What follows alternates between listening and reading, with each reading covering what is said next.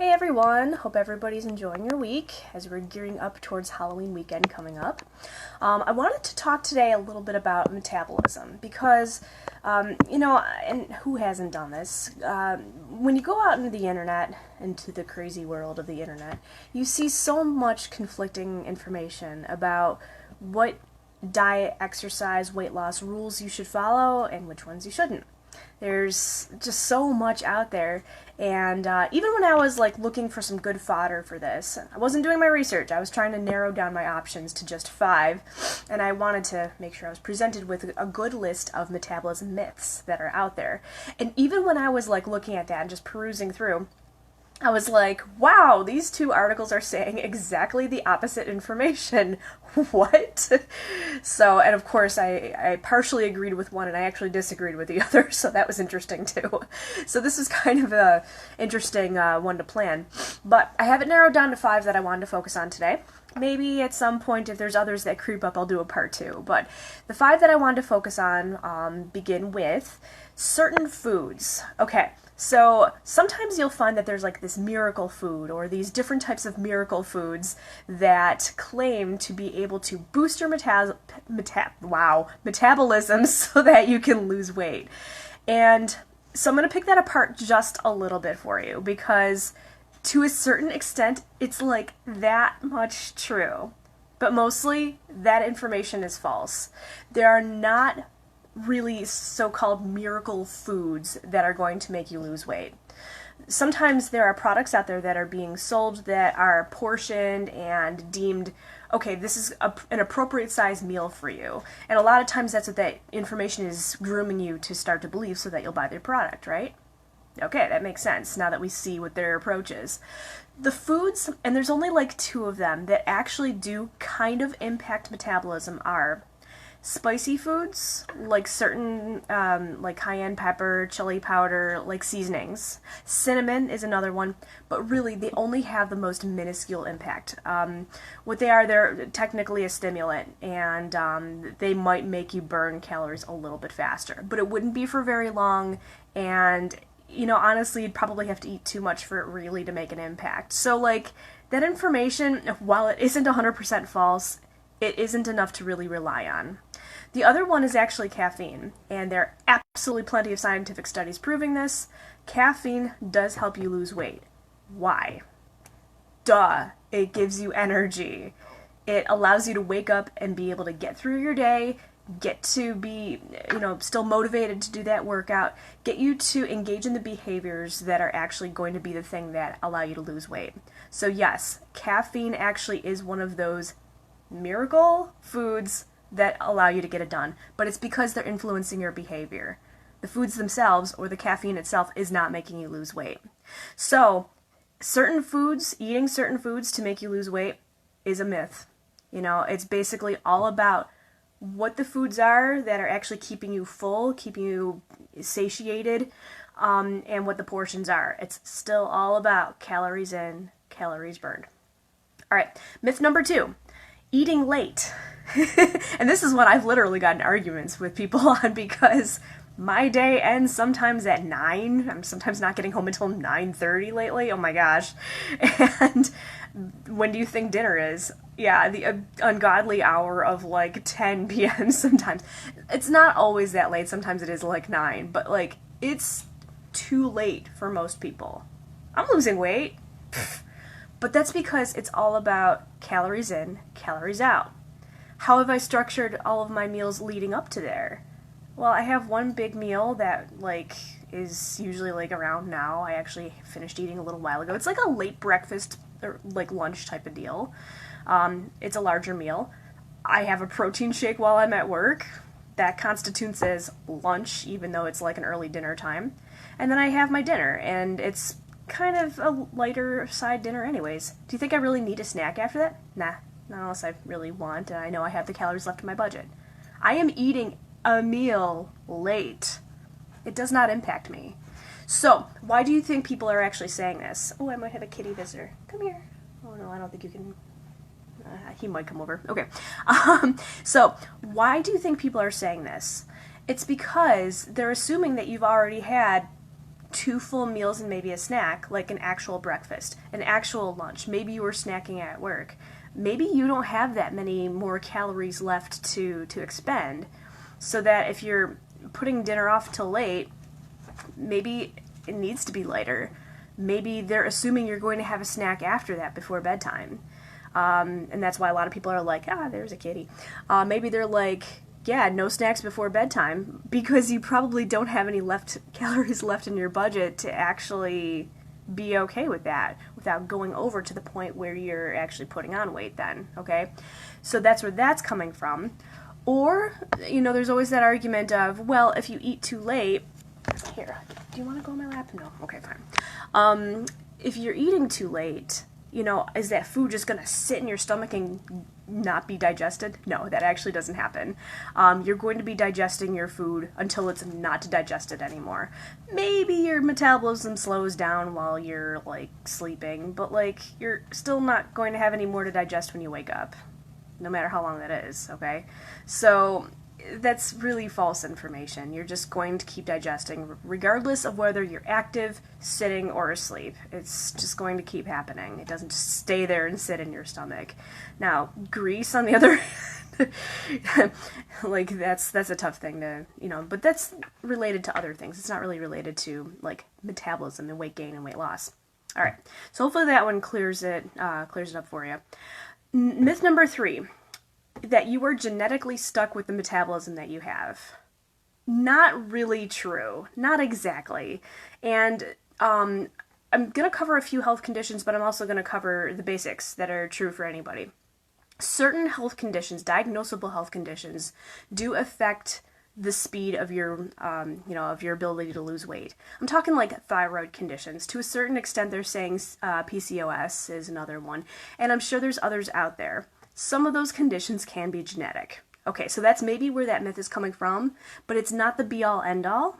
And there's also certain research to prove that if you're being treated, if you're taking medication, say like thyroid medication, that it equals out your hormone levels to a healthier level, so that actually kind of negates the issue, at least to a certain extent. I feel like I want to do more research on that before I tell you 100%, but at least with that one, that's a little bit where we're going with that. Okay, so those are about certain diagnosable conditions.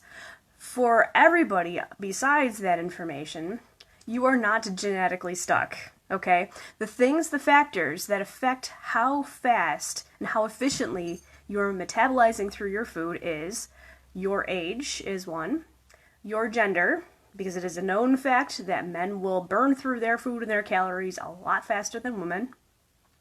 And for your age, the older you are, the more your metabolism will slow down. But it's really only a little bit each year. It's actually not that big of a factor. So say you're comparing a 20-year-old and a 60-year-old. Yeah, that's a big factor, but year to year to year, you're not slowing down that much. The bigger factor that actually contributes the bigger physiological factor is actually your lean muscle mass, the amount of muscle that you have that you're carrying around. And actually, that also goes hand in hand with weight. I think I'm going to cover weight first. What your weight is, whether it's a good weight or a bad weight, your body needs a certain amount of calories each day to carry that around, to perform your normal bodily functions. You need to have those calories to do that, to exist, okay? If you are a larger person, I'm not saying fat, I'm not saying overweight.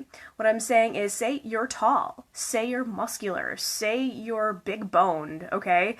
You will need more calories in order to sustain your larger physique, regardless of whether it's healthy or leaves a little bit to be desired, okay? And then you can also see where I'm saying here, if you got some pounds to lose, okay, you're at a larger weight. You need more. If you weren't looking to lose weight right now, and you were looking to just maintain, okay, I don't really want to gain anymore, but right now I don't want to lose. Okay, you're at a certain weight. Regardless of what you're doing, you need a certain amount of calories to sustain that amount. Why? Because you're walking around, carrying that weight around, sustaining your life biological processes. You need a certain amount of calories to do that. And there's calculators out there that will take you through all of that so you know what that number is supposed to be. Okay, so then that's weight. Again, regardless of what that weight is. So then we get to the lean muscle mass. So lean muscle mass also contributes to what your total weight actually is. You still will need a certain amount of calories to carry that weight around, regardless of whether it's fat weight or lean muscle mass weight. I know mass and weight are not the same, but you know what I'm saying here. To carry yourself around and do your normal biological processes. Okay, so whether that weight is taken up by a lot of fat or a lot of muscle, you still need more calories to do that. And that's why both me and other information out there pushes strength training so much, pushes getting muscle mass so much, not just for mobility and posture and your ability to do normal things easily. Yeah, all those are amazing, amazing benefits about it. But if you're looking to just plain lose weight and, get down to that healthy weight or that goal weight that you want, one of the biggest key things is really just having that muscle mass on there. And, you see some information out there where it's like, okay, well, ignore the scale. Yeah, that's because the scale is also telling you how much muscle you put on. Yet your size might also be shrinking, okay? And you may be actually losing that body fat, which is what you want. This is, I don't want to say all about, but a lot of times it's a lot about how people see us. Okay, what they see is a figure that's much more healthy. They see that you're in smaller sizes of clothing. They don't see that maybe you still weigh 40 pounds more than what you're supposed to, They see that it looks like you've lost body fat, weight, not muscle mass, okay? And muscle mass, that's a pretty desirable trait, by the way. Okay, so those are the things that affect what your metabolism efficiency is supposed to be, okay? Those factors right there. And there's probably other little things too, but those are the main ones. Those are the ones that are going to make the greatest impact as to what your behavior should be for your calorie deficit to lose weight, whether you are burning or whether you are eating less or eating more mindfully or both. All right, number 4, eating more meals throughout the day. You often see these diet plans out there that are like, okay, get yourself to eat 4 to 6 meals a day and you'll lose all sorts of weight. I listen to that and I'm like, shoot, that's a lot of calories. And there's arguments as to why this works, but I think it only works for a certain type of person with a certain type of routine, perhaps the grazer. I know people like that where they don't really care about eating these big substantial meals or even partially big substantial meals. They'd rather just have a snack and then go about their business and then a few hours later have another snack. Those smaller snacks, which are probably only a few hundred calories, still may not add up to very many total calories throughout the day. Somebody that's structuring their meals like that, they could still lose weight pretty easily. And their metabolism still it would stay kicked up more, but I don't know that it would make the calories actually burn more. You're gonna burn the food you got. And that's it. It's all about calories in, calories out. See how that information becomes kind of confusing there? So I'll use me as an example. I eat 2 meals plus a snack. 2 meals plus a protein shake plus maybe a snack. Maybe. Depends on the day. My first meal is my biggest one. My protein shake is a protein shake. It's a couple hundred calories. If that, sometimes it's less.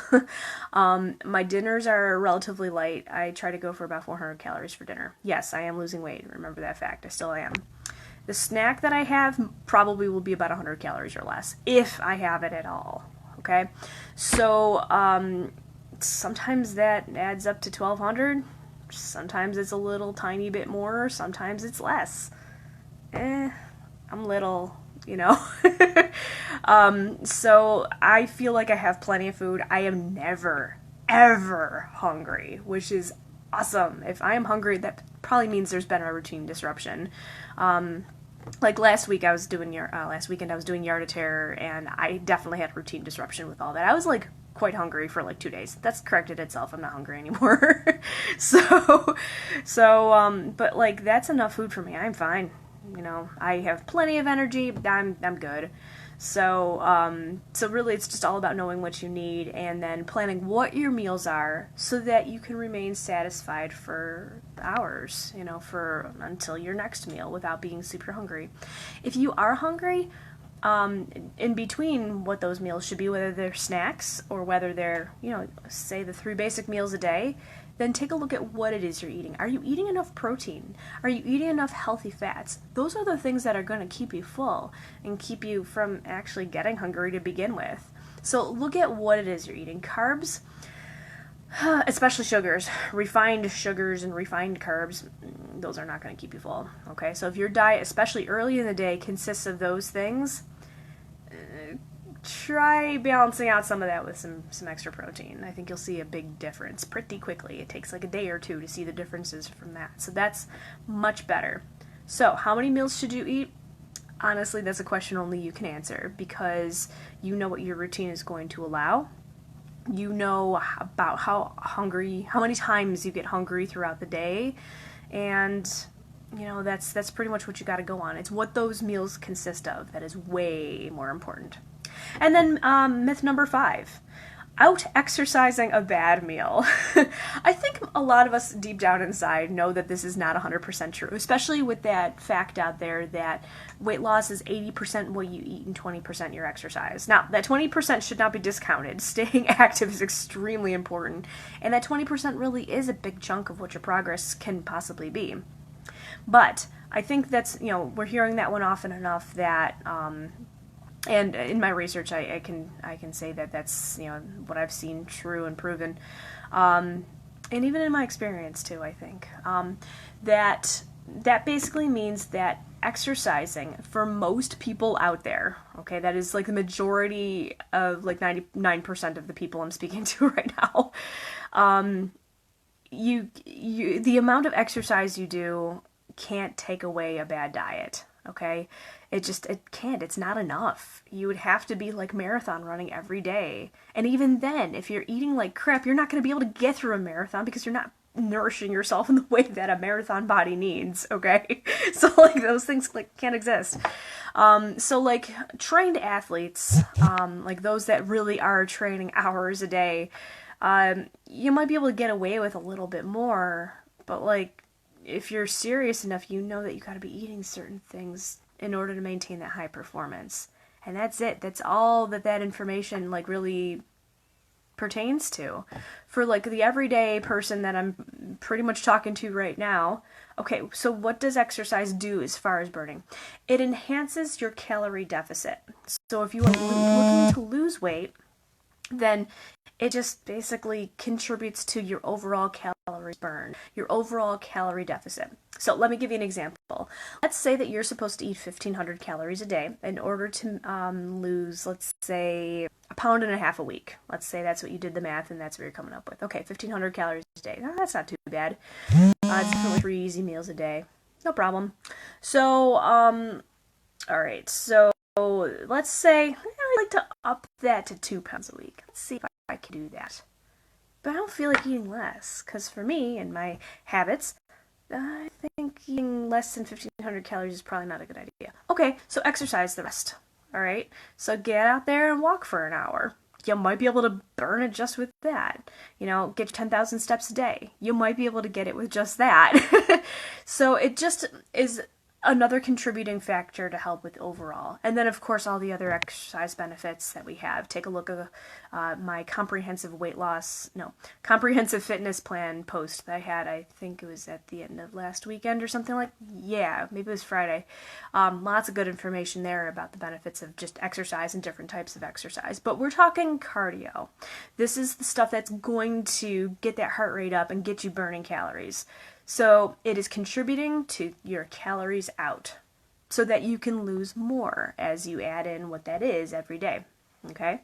So does that mean you have to exercise every day? No. But on the days that you don't, you might want to watch what you're eating a little extra, a little bit more carefully, because it could be that much easier to accidentally not have a calorie deficit that day. Okay? So just a little food for thought. So can you that's the word I'm looking for. Can you out-exercise a bad meal? Yes, kind of. I mean, you got to crunch some numbers to know if that actually worked. Track that bad meal that you had, as painful as it's going to be. If you wear a step counter or a Fitbit or something like that, you might be able to know if that super extra workout you just did, if that, burned, say, 500 calories or whatever, and that meal went over by 500 calories. Okay, they do actually kind of equal each other out. Now, remember, this is not an exact science. What you track may not be exactly 100% accurate. What you burn is probably not 100% accurate. But if the numbers are close and you are consistent enough with yourself that then you probably did, I guess. I just wouldn't make it a habit of doing that. Okay? It's so much easier just watching your food. All right, so I guess you can, but out exercising a bad food or a bad meal, okay. However, there's a big but to this statement, and this is going to be the last one that I leave you with, the last bullet point here, is that if you out exercise a bad food, if that was what motivated you to be okay, guilt-free, not super hard on yourself for eating that piece of cake that you just added 500 calories, if over-exercising by 500 calories to burn off that piece of cake makes you feel better and it doesn't derail you, you know what? That really increases adherence. It's a good motivator to just not derail yourself and just to keep going. Again, I just would not make it a habit, okay? And certainly you can't out-exercise a bad diet, a bad 3 meals a day, a bad 7 days a week, okay? It's just going to be too much. All right? So hopefully this cleared up a lot of information for you. And certainly if you have any questions about anything with this, if you want some more clarification, just reach out. I'd be happy to give you examples or actually go through some of the math with you on some of this, because it can get really confusing out there. All right, so yeah, hopefully this helped out a lot, and enjoy the rest of your day. Thanks.